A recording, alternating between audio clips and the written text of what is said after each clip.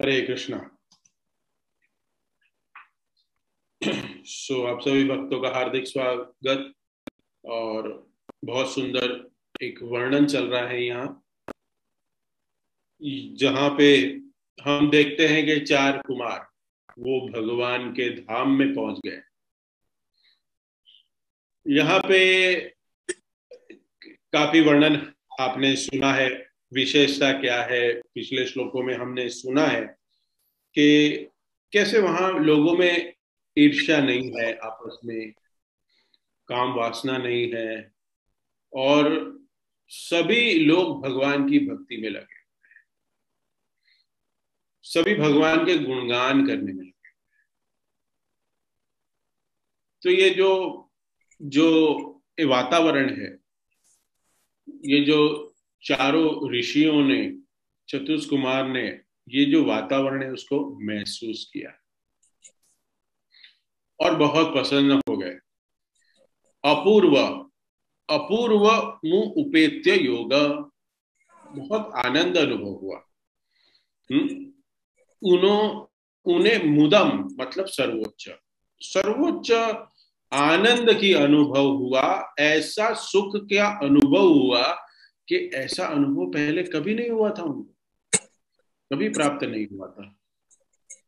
तो अभी हम जानते हैं कि ये जो चार कुमार हैं, ये निराकार के स्वरूप के भक्त हैं, भगवान के निराकार स्वरूप के भक्त हैं पहले। तो ये जो सुख है ये उनको पहले नहीं मिला था। निराकार स्वरूप को निराकार में उन भगवान की सेवा कर रहे थे। सेवा कैसे करते हैं? ध्यान धारणा करके कर रहे थे, लेकिन ये अनुभव नहीं हुआ था। वो ब्रह्म ज्योति में सुख नहीं मिला जो भगवान के धाम में सुख मिला। हाँ, सुख प्राप्त होता है। वृंदावन जाते हैं तो आनंद का अनुभव होता है ना, करेक्ट? वृंदावन जाते हैं तो एक थोड़ा वो ग्लिम्स है, वो ग्लिम्स है हमारे लिए। तो अपूर्वम सुखम, हाँ, अपूर्वम उदम अपूर्वम सुखम, उसके बारे में बात कर रहे हैं चतुष कुमार। तो ये चार जो कुमार है वो अपने योग बल से, ये योग बल के द्वारा पहुंच गए हैं भगवान के धाम में। लेकिन कोई भी व्यक्ति भगवान की कृपा प्राप्त किए भगवान के धाम नहीं पहुंच सकते। भले अपना कितना भी माला में कितना भी अटेंटिव चैंटिंग हो, कितनी 16 माला करते हो या 64 करते हो या 128 करते हो, भले दिन रात सेवा करते हो, लेकिन भगवान की कृपा बहुत इंपॉर्टेंट है। और हम कहें कि I have followed 4 rules and regulation, I have chanted my 16 rounds, तो भगवान को तो मुझे भगवत धाम लेके जाना ही पड़ेगा, मैं तो जाऊंगा ही। वी कैन नॉट बाउंड, हम लोग भगवान को नहीं बांध सकते कि भगवान आपको मुझे लेके जाना पड़ेगा, मैंने अपना जीवन दिया, Prabhupada you have to take me back, I have given my life. हाँ, सो ये अच्छा भाव है कि थोड़ा हम फोर्स करेंगे तो शायद रिकमेंडेशन आ जाए। लेकिन इसका एक प्रश्न हो सकता है कि प्रभु जी आपने बताया कि भगवान की कृपा होगी, तो ये तो सब प्रोसेस हमें प्रभुपाद ने दिए गए हैं, हमारे काउंसिलर्स गुरुजन हमें बता रहे हैं ये प्रोसेस, तो ये प्रोसेस से ही तो भगवान की कृपा होनी चाहिए, करेक्ट? लेकिन ऐसा नहीं है, ये प्रोसेस से भगवान की कृपा नहीं मिलती है। हाँ, ये प्रश्न आप लोग मुझे पूछेगा, अदरवाइज शायद मैं गलती से लेक्चर में भी बता दूं। तो भगवान की कृपा के बिना हम भगवान के धाम नहीं पहुंच सकते। साधारण एक अगर हम कहें कि अगर कोई एम्बेसी में अगर हमें कोई वीजा ना मिले तो वो देश का जो राजदूत होता है, एम्बेसडर होता है, उसकी कृपा के बिना हम अमेरिका या यूके में नहीं एंट्री कर पाएंगे, कोई भी कंट्री, करेक्ट? तो उसकी कृपा होनी जरूरी है। तो हमारे पासपोर्ट में जो थप्पा लगता है ना, वो उसकी कृपा हम समझ सकते हैं कि उसकी कृपा है हमारे ऊपर और हम जा सकते हैं। क्योंकि टिकट खरीदने की तो औकात है हमारी, करेक्ट? सब कुछ है हमारी, लेकिन अगर उसमें थप्पा नहीं होगा तो आप क्या समंदर से तैर के जाएंगे? करेक्ट? तो वो आप समझ लीजिए कि वो हमारी जो स्टैंप है, जो वीजा का स्टैंप है, वो भगवान की कृपा है। हाँ, प्रोसेस तो कर लिया हमने, हम प्रोसेस कर रहे हैं, लेकिन कृपा लेनी पड़ेगी। कितनी भी तपस्या क्यों ना की हो, लेकिन भगवान के धाम, भगवान के रिकमेंडेशन बिना नहीं जा सकते। तो भगवान की कृपा बहुत आवश्यक है। यहाँ पे क्या लिखा हुआ है? योग बल के द्वारा आध्यात्मिक जगत को चीर के वैकुंठ जगत पहुंच गए। लेकिन ये भगवान की कृपा थी, क्योंकि भगवान उनके द्वारा एक लीला रचाना चाहते हैं। हाँ, वो एक पास टाइम को शुरू कराना चाहते हैं। आप सबको पता है अभी क्या होगा। जय विजय है, वो उनको अंदर घुसने नहीं देंगे, और ये चारों कुमार जय विजय को श्राप दे देंगे। तो यह प्रश्न आता है कि भगवान की ऐसी इच्छा क्यों थी? भगवान की ऐसी इच्छा क्यों हुई कि इस तरह से चार कुमारों से अपने साथ के पार्षद, अपने भक्तों को, उनको जय और विजय को श्राप दिलाया? क्या हुआ? भगवान की इच्छा के बिना पत्ता भी नहीं हिलता, हम कहते हैं। तो यहाँ पे क्या कारण थे, क्या कारण हुआ कि जिनके कारण इन दोनों को श्राप दिलवाया? क्या था कारण? वर्णन आता है, एक बार की बात है कि जो माता लक्ष्मी है, वो वैकुंठ में प्रवेश कर रही थी, और इस जय और विजय ने रोक दिया। तीन कारण है क्यों ऐसे हुआ था। पहला कारण बताया कि माता लक्ष्मी के प्रति अपराध कर दिया। देखिए, हो सकता है ऐसा, जिनके अधिष्ठा में सब कुछ चलता है और उसकी पत्नी को ही रोक दिया। इसको कहते हैं सेवा करने का भाव अच्छा है, लेकिन नॉलेज नहीं है। सेवा कर रहे हैं लेकिन नॉलेज नहीं है। वो सारा एसओपी से ही सेवा कर रहे हैं। भगवान ने कहा किसी को नहीं भेजना है, तो बस वही फॉलो कर रहे हैं। लेकिन कभी कभी एसओपी को तोड़ मरोड़ना होता है। हम मंदिर में भी सेवा करते हैं, करेक्ट। हमें कहा गया है जन्माष्टमी में कि इस गेट से, इस कूपन के बिना कोई अंदर नहीं जाएगा, ये कूपन होना जरूरी है। लेकिन अगर कोई वरिष्ठ भक्त आ गए, मंदिर के प्रेसिडेंट आ गए कुछ भक्तों को लेके, तो आप रोकोगे? अगर रोक लिया तो फिर आपके मंदिर में आना बंद हो जाएगा। So it's intelligence. तो भक्त चतुर भी होना चाहिए। यहाँ पे जय और विजय ने क्या किया? लक्ष्मी जी को रोक दिया, पत्नी को रोक दिया। हाँ, अपराध किया, नहीं जा सकती लक्ष्मी माता। हाँ, फिर जाके ऐसी कंप्लेंट की। भगवान ने कहा ठीक है ठीक है, मैं इसका हिसाब बाद में करूंगा, ठीक है, चिंता मत करो, मैंने तुम्हारी कंप्लेंट सुन ली, ठीक है, टाइम आने पे मैं दंड दूंगा। उनको भी रोक दिया गया था, लक्ष्मी जी को। पहला कारण बताया। दूसरा कारण बताया है कि भगवान वीर रस का आस्वादन करना चाहते थे। भगवान चाहते थे कि मैं से कोई युद्ध करे।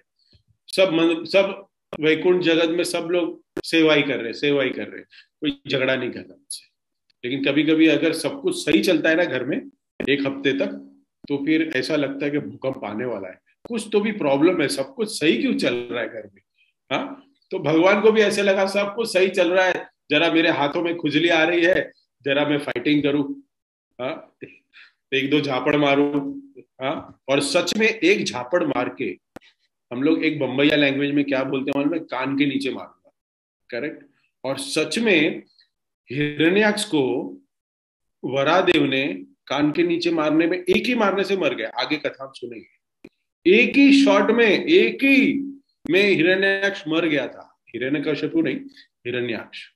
वरादेव ने इतना जोर से मारा था, क्योंकि काय कितनी बड़ी थी, हम देख रहे थे वरा उसमें, इतनी बड़ी काय है।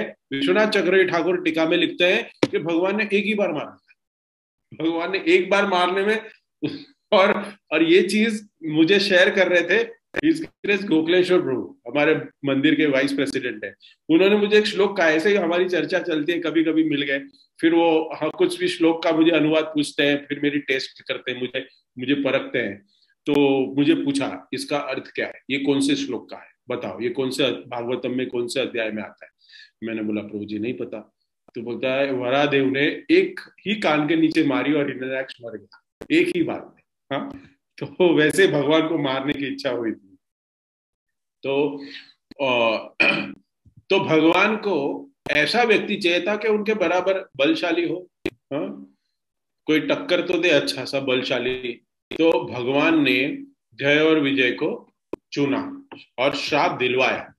ये दूसरा कारण है कि भगवान को इच्छा थी युद्ध करने की, और युद्ध करने के बाद भगवान को वीर रस का आस्वादन दे। देखिए, ये भाव है ना, ये भाव है विपरीत भाव में भक्ति करना है, विपरीत भाव में। लेकिन ये भगवान की इच्छा से होना चाहिए। नहीं तो हम कहें नहीं, मैं भगवान का द्वेषी बनूंगा और भगवान का भक्त बनूंगा, मुझे मारने आएंगे और मुझे लेके जाएंगे, बट ये भाव अच्छा नहीं है, भगवान की इच्छा से होना चाहिए। तो भगवान और एक विशेष तीसरा बात को प्रस्तुत करना चाहते थे। वो क्या है पता है? बहुत इंपॉर्टेंट है। तीसरा, अगर कोई व्यक्ति भगवान का संगी क्यों ना हो, क्लोज एसोसिएट क्यों ना हो, पार्षद क्यों ना हो, लेकिन अगर कोई ब्राह्मण का और कोई वैष्णव के प्रति अपराध कर देगा तो उसको सजा जरूर मिलेगी, भले क्यों ना मेरे परिवार से, मेरे धाम का क्यों ना हो। शायद ऐसी कोई गलती की है जिसके वजह से हम इस धराधाम में फंसे हुए हैं। पार्षद थे, correct, we are part and parcel of Krishna, but we are here because we did some अपराध। इसलिए तो हर रोज 10 नाम अपराध पढ़ रहे हैं हम लोग, लेकिन फिर भी हम क्या कर रहे हैं समझ में नहीं आ रहा है। कर ही रहे। इसलिए ध्यान से हम 10 नाम अपराध पढ़ने चाहिए, क्योंकि यही 10 नाम अपराध ऊपर भी किए कहीं पे। इसके लिए हम यहाँ आए, और यहाँ भी वही करेंगे तो और नीचे जाएंगे, और अधोगति में जाएंगे हम लोग। वैष्णवों के प्रति अपराध करेगा, उसको सजा मिलेगी, भगवान ये दर्शाना चाहते हैं। भगवान सहन नहीं कर रहे इसको, इस चीज को सहन नहीं करते। सो अभी ये चारों कुमार जो है, ये भगवान के ब्रह्म ज्योति के उपासक है, और उसके उपरांत वो अष्टांग योग के द्वारा, पहले उन्होंने ज्ञान योग स्वीकार किया था, फिर अष्टांग योग स्वीकार किया था। प्रभुपाद कहते हैं कि अष्टांग योग में अपना हल्के से हल्का बना दिया। सिद्धियां होती है ना, अलग अलग प्रकार की सिद्धियां प्राप्त करते हैं, उसमें से अपने को हल्का करने वाली सिद्धि है और भारी करने वाली सिद्धि है। तो हल्के करने वाली सिद्धि से ये पहुंच गए वैकुंठ जगत, भौतिक जगत को चीर के। तो इनको ब्रह्म का तो साक्षात्कार था ही, ब्रह्म ज्योति का साक्षात्कार इनको चारों कुमारों को था। तो ये ब्रह्म ज्योति के साक्षात्कार के बाद इनको पता है कि भगवान वैकुंठ में रहते हैं, तो चलो भगवान के दर्शन करते हैं। Because everybody should always hanker for higher taste. यही चतुष्कुमार के साथ रुके नहीं हो। इसलिए हम जो कहते हैं ना कि ब्रह्म ज्योति एक ओम शांति एक संप्रदाय नहीं कह सकते, एक तथा कथित धर्म उपजा हुआ है, आया हुआ है। तो वो अगर प्रोसेस में है तो गलत नहीं है, but that is not the higher taste. They are not wrong, but they go to somewhere, एक जगह तक जाते हैं ब्रह्म ज्योति तक, और फिर विलन होना चाहते हैं। लेकिन यहाँ पे उनके फाउंडर आचार्य चतुष्कुमार, वो भी कहा क्या किया है, वो भी हायर टेस्ट के लिए गए, नेक्स्ट स्टेज पे गए उन लोग, करेक्ट। तो यहाँ पे विशेष भगवत गीता से निकल के आती है यहाँ पे कि अष्टांग जो योग है वो परमात्मा का रियलाइजेशन कराता है। भगवान परमात्मा का रियलाइजेशन कराता है। इसमें संभावना है कि भगवान की भक्ति मिल जाए, संभावना है। अगर प्रॉपर भक्तों का संग मिल जाए तो अष्टांग योगी जो है वो भगवान का शुद्ध भक्त बन सकता है। ये प्रोसेस दी गई है भगवत गीता में भी, जा सकता है। लेकिन अगर मायावादी हो, कोई मायावादी हो, दो व्यक्ति होते हैं, दो भक्त होते हैं, एक ज्ञानी होते हैं और एक मायावादी होते हैं। तो अगर ज्ञानी योगी है तो उसकी संभावना है अष्टांग योग में जाके भक्ति कर सकता है। लेकिन जो ज्ञानी होते हैं, मायावादी होते हैं, सॉरी, तथाकथित जो मायावादी होते हैं, वो माया में फंस के अपने आप को भगवान मानते हैं। वो इस प्रकृति से अपने आप को आवृत मानते हैं, ऐसे लोगों की कोई गति नहीं हो सकती। ऐसे भगवत गीता में तात्पर्य में भगवान के प्रभुपाद लिखते हैं कि उनका नहीं होगा कुछ उद्धार। नाहम प्रकाश सर्वस्व योग माया प्रकाशिता। भगवान योग माया के द्वारा, जिस योग माया के द्वारा भक्तों को प्रकाशित करते हैं, बस भक्तों को भगवान माया से बचाते हैं, जो योग माया द्वारा, उसी योग माया द्वारा जो भगवान के भक्त नहीं है, मायावादी है, उनको अपने से दूर रखते हैं। नाहम प्रकाश सर्वस्व, भगवत गीता में श्लोक आता है कि मैं उनके सामने प्रकाशित नहीं होता हूं। कैसे लोगों के सामने? जो मायावाद में है, हाँ ब्रह्म ज्योति में विलीन है लेकिन मायावादी है, उनके सामने मैं प्रकाशित नहीं होता हूं। मतलब वो अपने स्वरूप को रिवील ही नहीं करेंगे। लेकिन कोई ज्ञानी है, कोई ज्ञानी है और माया और ब्रह्म ज्योति में विलीन होने के प्रोसेस में है, अष्टांग योग को प्रोसेस में फॉलो कर रहा है और भक्तों का संग आ गया है उसका, तो भगवान यही माया के द्वारा वो अपने आप को रिवील करते हैं, उसको एक चांस देते हैं। तो यही योग माया है। तात्पर्य में प्रभुपाद लिखते हैं कि योग माया वही है कि जो भगवान से भी मिलाने में सहयोग करती है और भगवान से दूर लेके जाने में भी सहयोग करती है। असुर जो है, मायावादी है, उनको दूर रखती है। इसका यही काम है योग माया का।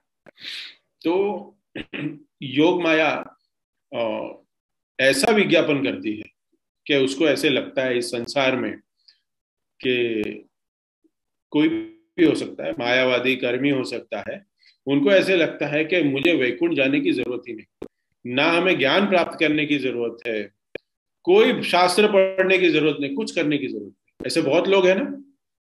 तो ऐसे लोगों के अंदर वो योग माया ऐसा भुला देती है उनको सब कुछ, कि भगवान के धाम के प्रति सब कुछ, वैकुंठ के प्रति ना जानना चाहते हैं उन लोग, सब कुछ भुला देती है। एक व्यक्ति से मैं रिसेंटली बात कर रहा था, एक हफ्ते पहले। वो बोल रहे थे कि अभी लोगों के हृदय में जीवन का लक्ष्य क्या है, क्या हो गया है? बस शांति से सब कुछ सेट हो जाए और फिर हम मर जाए, और कोई गोल नहीं है। सब शांति से हम रहे, सब हमारे लाइफ में सिर्फ शांति रहे और फिर हम मर जाए। मुझे बहुत अच्छा लगा जब उसने ये बोला, लेकिन वो ऐसे फॉलो नहीं कर रहा था वो। लेकिन उसको ये मालूम है कि हम लोग, सब लोग, जो मटेरियलिस्टिक लोग हैं, वो बहुत काम करना चाहते हैं, सब कुछ करना चाहते हैं, सुखी रहना चाहते हैं, और एंड में मर जाएंगे। सबको पता है ये चीज, सबको पता है। लेकिन फिर भी भक्ति में किसी को इंटरेस्ट नहीं है, प्रोसेस में इंटरेस्ट नहीं है कि मर जाने के बाद क्या, मर जाने के बाद क्या, किसी को नहीं पता है। तो एक व्यक्ति जो होता है, मनुष्य सबसे बुद्धिमान प्राणी माना गया है। ये समाज भी कहता है और शास्त्र भी कहता है कि सबसे बुद्धिमान मैंने योनि बनाई है, भगवान कहते हैं वो मनुष्य योनि है। तो उसको बुद्धिमान कैसे कहेंगे? शास्त्र क्या कहता है, पैरामीटर है उसका, लिख लीजिए आज। बुद्धिमान व्यक्ति कौन है कि उसका एक ही प्रश्न होता है, if somebody thinks and work with one question। कोई एक व्यक्ति सोचता है और उसके ऊपर कार्य करता है, उसके ऊपर काम करता है, उसके अनुरूप अपने कार्य करता है, वो क्वेश्चन क्या है? वो क्वेश्चन है कि मेरा मरने के बाद क्या होने वाला है। शास्त्र कहता है अगर ये प्रश्न के अनुरूप वो कार्य कर रहा है और उसके जीवन में ये प्रश्न है, तो वो सबसे बुद्धिमान व्यक्ति माना जाता है। लेकिन इसके बारे में सोचते ही नहीं, कोई लोग सोच ही नहीं रहे अभी। क्यों? क्योंकि देखा ही नहीं है ये धाम, ये हम धाम तो देखा ही नहीं है। अरे सर, कहाँ देखा है मरने के बाद किसका क्या होने वाला है, क्या पता, मर जाएंगे, किसने देखा है? हाँ? तो उसके लिए हम तैयारी नहीं करते, कोई भी तैयारी नहीं करता। हाँ, कैसे भी करके 40-50 साल तक सेट हो जाए। जो कभी सेट नहीं होता खुद सेट हो जाता है। हाँ, चीता में सेट होता है या तो फिर कॉफिन में सेट हो जाता है। हाँ, कभी सेट नहीं होता। हाँ, कभी बिजनेस भी सेट नहीं होता, कभी भी फैमिली लाइफ भी सेट नहीं होती, कुछ भी सेट नहीं होता। हम्म। हाँ, सेट कब होते हैं और शांति से कब रहते हैं? जब बूढ़ा बूढ़ी हो जाते हैं और जिंदा रहे तो। बच्चे साथ में नहीं रहते। हाँ, बच्चे तो काम में लगे हुए हैं, क्योंकि हमने भी तो वही लाइफ सिखाई उन लोग को, because we were also living that same life. हाँ, यद यद आचरती श्रेष्ठ, तो हमने जो किया वही हमारे बच्चे करेंगे, और फिर बाद में हम उनको सिखाएंगे तो कहेंगे 100 चूहे खा के बिल्ली हज को चली। हाँ? तो हर एक कर्मी व्यक्ति, हर एक इस दुनिया में व्यक्ति यही सोचता है कि ये दुनिया ही सब कुछ है, जगत मिथ्या शास्त्र कहता है, करेक्ट। लेकिन शास्त्र मिथ्या ये कर्मी व्यक्ति कहता है।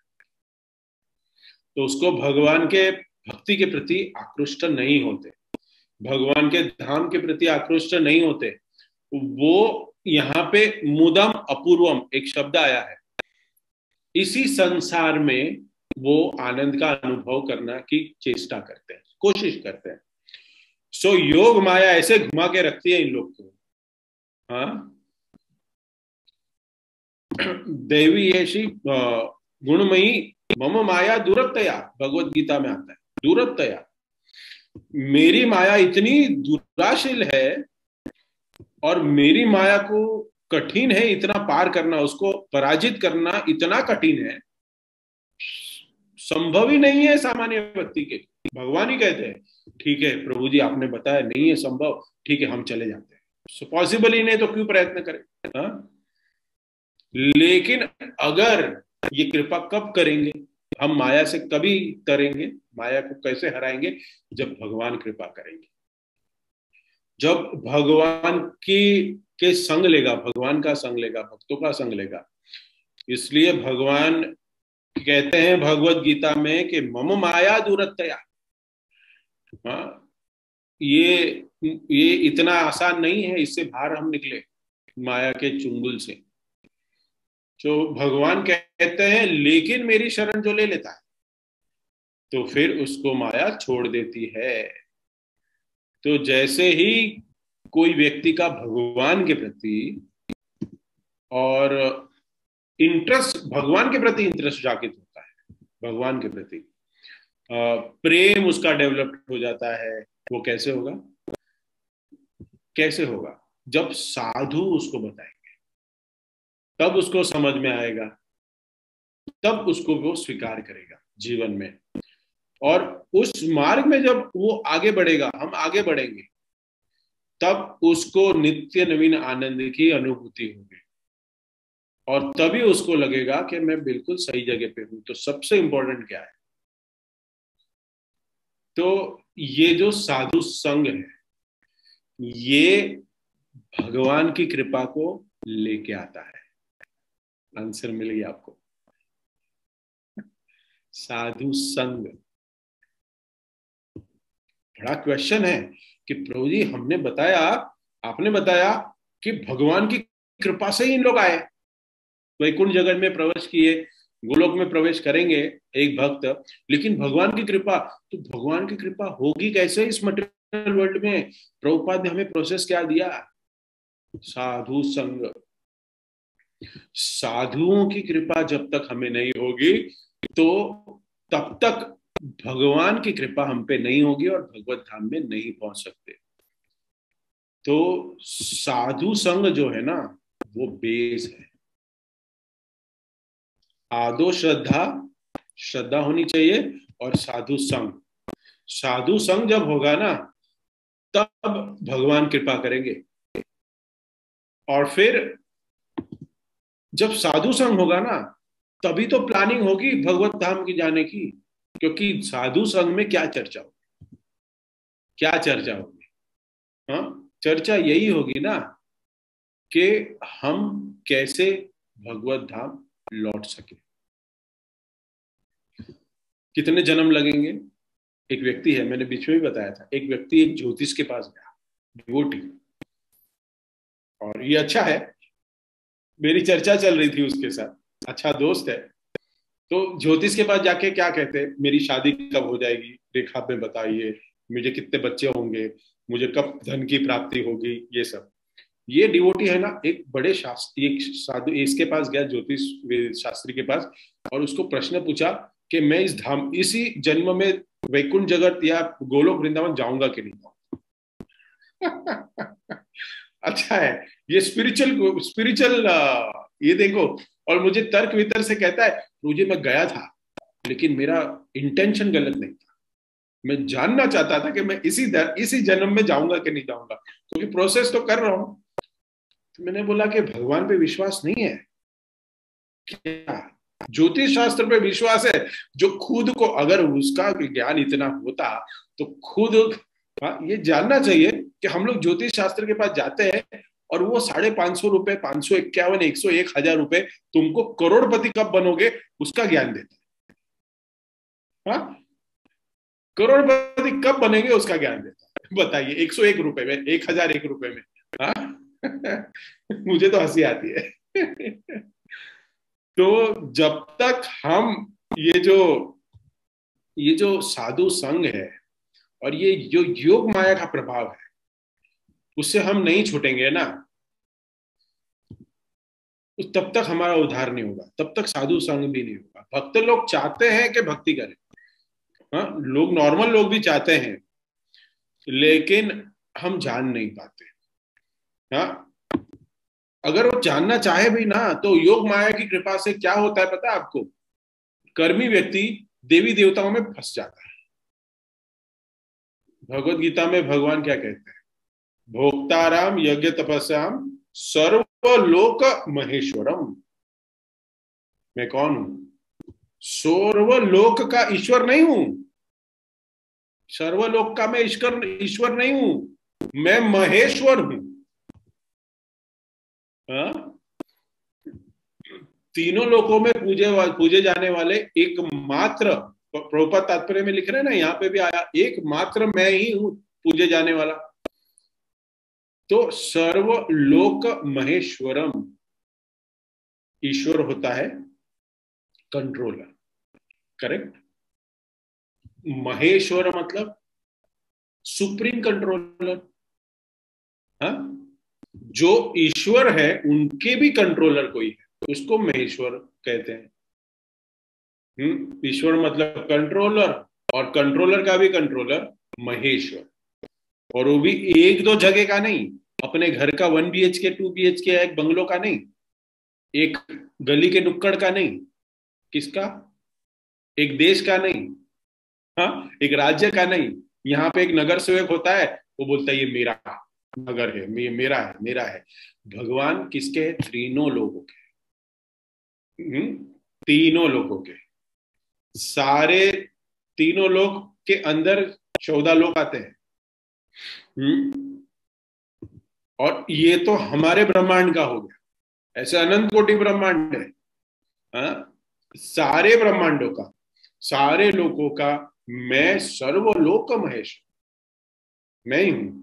और योग माया जो है वो ऐसा प्रभाव हम पर डालती है कि पहले तो भक्ति हम नहीं कर पाते व्यक्ति, और ऐसा प्रभाव डालता है कि भक्ति नहीं कर पाते और भक्ति में आकृष्ट भी हो जाता है, तो कहीं सारे बाबाओं के चक्कर में फंस जाता है, देवी देवताओं के चक्कर में फंस जाते हैं। ये माया का काम है, और उसके कारण क्या होता है, इसमें फंसे रह जाता है और भगवान को नहीं प्राप्त कर पाता। लेकिन अगर कोई ज्ञानी व्यक्ति जो भगवान से ईर्ष्या नहीं करते, जैसे 4 कुमार है, ये भगवान के भक्ति के तरफ आकर्षित हो रहे हैं।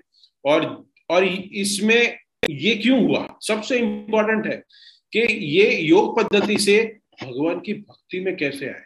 सुनिएगा इसको, जो आप लोग सब लोग प्रैक्टिस करते हैं हर रोज। तुलसी, भगवान के चरणों में जो तुलसी अर्पित की गई थी, उन्होंने खाया नहीं, उन्होंने सिर्फ सूंघा। सूंघने से, तुलसी, भगवान के चरणों में जो तुलसी है उसको सिर्फ सूंघने से इनकी भक्ति, अष्टांग योग, योग वाली जो निराकार वाली भक्ति थी, वो साकार वाली भक्ति बन गई, वो डेवलप हो गई। तो ऐसे क्यों हुआ? क्योंकि ये भगवान से ईर्ष्या नहीं करते थे और डाउट नहीं था कि नहीं भगवान नहीं है, सिर्फ ज्योति है, लेकिन भगवान में पूरा विश्वास था। और जब वो तुलसी देखी और तुलसी को सिर्फ सूंघा, हमारे घर में तुलसी महारानी है, तुलसी महारानी को हम पानी डालते हैं, जल डालते हैं, और फिर हम क्या करते हैं, तुलसी का सेवन दिन में कितनी बार, कम से कम 3 बार करते हैं, भोग लगाते हैं, फिर भोग में हर एक में तुलसी रखते हैं, तो वो तुलसी तो हम सेवन करते हैं। तो ये सूंघने से भी ज्यादा हायर टेस्ट है। तो शायद हमारा तो पक्का है, वीजा लगेगा ही शायद। तो ऐसा हुआ, ये सूंघा उन्होंने, तुलसी को स्मेल लिया, तुलसी की सेवा की। ये सूंघना भी सेवा है, फूल को सूंघना भी सेवा है, फूल को ऑफर करना और फूल को सूंघना भगवान को ऑफर करने के बाद, ये भी सेवा होती है। क्योंकि ये जो फूल है ना, ये फूल वो भगवान की सेवा कर रहा है, और वो भगवान की सेवा के साथ साथ वैष्णव की भी सब सेवा होती है ना, तो ये पेड़ है ना, उस योनि से उसको ऊर्ध्व गति मिलती है। हम फूल तोड़ते हैं यहाँ वहां जाके, करेक्ट, और फिर भगवान की सेवा में लगाते हैं, तो उस पेड़ को, उस जो पौधे को सुकृति प्राप्त होती है, और उससे वो पेड़ योनियों में से नेक्स्ट जन्म में क्या बनता है, भक्त बनता है। ये प्रोसेस है। तो मायावादियों के लिए, निराकारवादियों के लिए संभव नहीं है वैकुंठ जगत जाना, नहीं है संभव, लेकिन ये तुलसी की सेवा की, इसके लिए संभव हुआ। तो प्रश्न आता है अभी कि वैकुंठ बारे में सुनने की क्या जरूरत है, कि वैकुंठ के बारे में सुनेंगे तो वैकुंठ के बारे में सुनेंगे तो वैकुंठ धाम में जाने की लालसा उत्पन्न होगी। लेकिन जितना भी ज्यादा हम वैकुंठ जगत के बारे में सुनेंगे और साम्राज्य के बारे में सुनेंगे तो क्या होगा, उतना ज्यादा हम इंक्लाइन होंगे इस ज्ञान को प्राप्त करने के, इस प्रोसेस को फॉलो करने के लिए। जैसे अगर कोई बताए हमें कि प्रभु जी एप्पल का 13 प्रो आ गया है, इतना मेगापिक्सल एप्पल का नया फोन आ गया है, कोई कहे हमें इसमें ये फीचर है, इसमें वो फीचर है, इसमें ये है, जितना ज्यादा हम उसके बारे में सुनेंगे उतना ज्यादा हम क्या करेंगे, प्राप्त करने की इच्छा होगी। ये एडवर्टाइजिंग है ना, सो कॉल्ड, यूट्यूब में भी अभी बीच बीच में आती है, वो क्या करती है, टेम्पटिंग।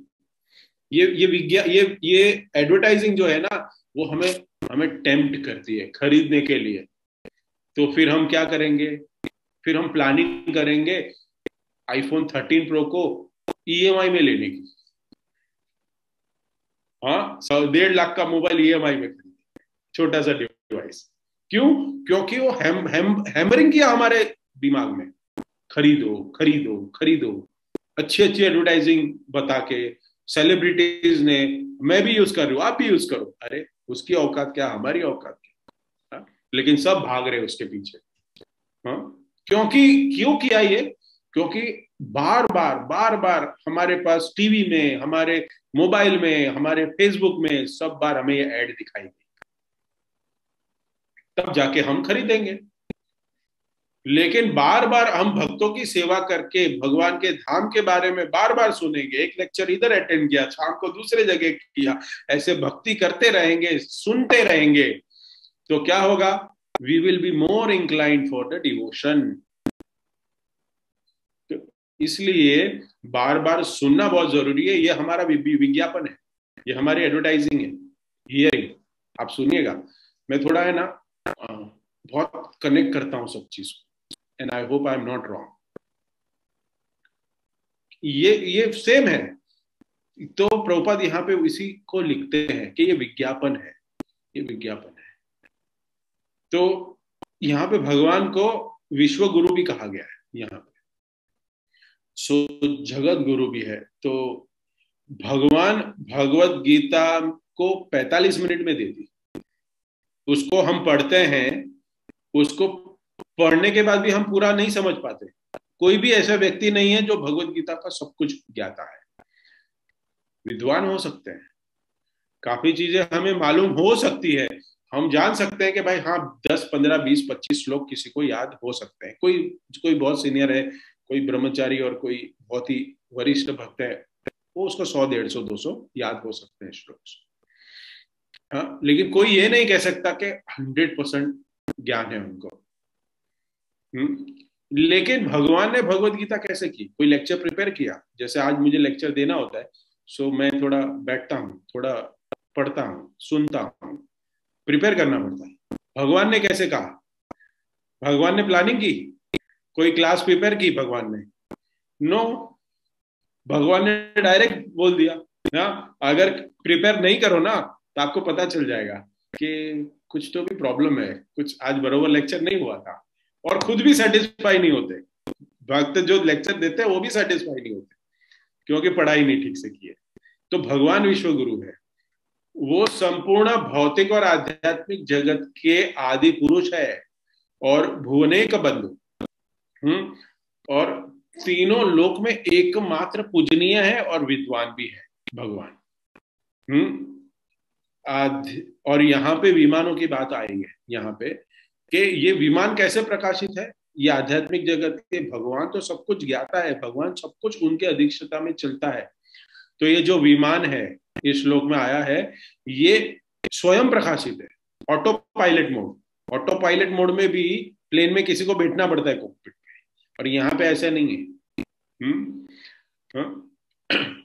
न तद भासते सूर्यो नशाशंको न पावक यद गत्वा न निवर्तन्ते तद्धामम परम मम। भगवत गीता में हम देखते हैं कि जहां पे सूरज की जरूरत नहीं है, भगवत गीता में भी कहते हैं कि सूरज की जरूरत है नहीं मुझे, वहां पे चंद्रमा और सूर्य की जरूरत नहीं है, बिजली की भी जरूरत नहीं है वहां पे।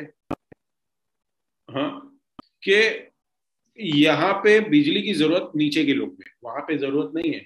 तो ऐसे ये जो ये जो हमारे ये जो अध्याय में ये जगत का जो वर्णन हुआ है ना, वो वर्णन क्यों हुआ है कि हमारी लालसा बढ़े, हम भगवत धाम लौटने की जो प्रोसेस है उसमें दृढ़ निश्चय हो जाए कि नहीं, मुझे ऐसे धाम में जाना है जहां पे मेरा खुद का प्राइवेट प्लेन हो।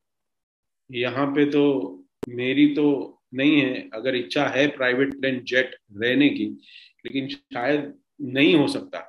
लेकिन ऑटो पायलट वाला स्वेच्छा से चलने वाला प्लेन का मैं मालिक बन सकता हूं कैसे? सिंपल प्रोसेस, 16 माला जप करे, भक्तों का संग करे, सेवा करे, डेडिकेशनली प्रसाद खाए, और क्या करे, शास्त्रों का अध्ययन करे और प्रचार करे। इतना सब करने के बाद मुझे प्राइवेट प्लेन मिल जाएगा। यस, आपका खुद का प्राइवेट प्लेन, हमारा खुद का हर एक का प्राइवेट प्लेन, प्राइवेट जेट, और वो भी जिसमें फ्यूल की जरूरत नहीं है। कितना महंगा हो गया है फ्यूल, पता है ना आपको? अभी फ्यूल इतना महंगा हो गया है, प्राइस इतना हाई चढ़ रहा है, लेकिन अभी वहां पे ऐसा प्लेन मिलेगा जिसमें फ्यूल डालने की आपको जरूरत नहीं है, कोई पायलट को हायर करने की भी जरूरत नहीं है, ऑटोमेटेड।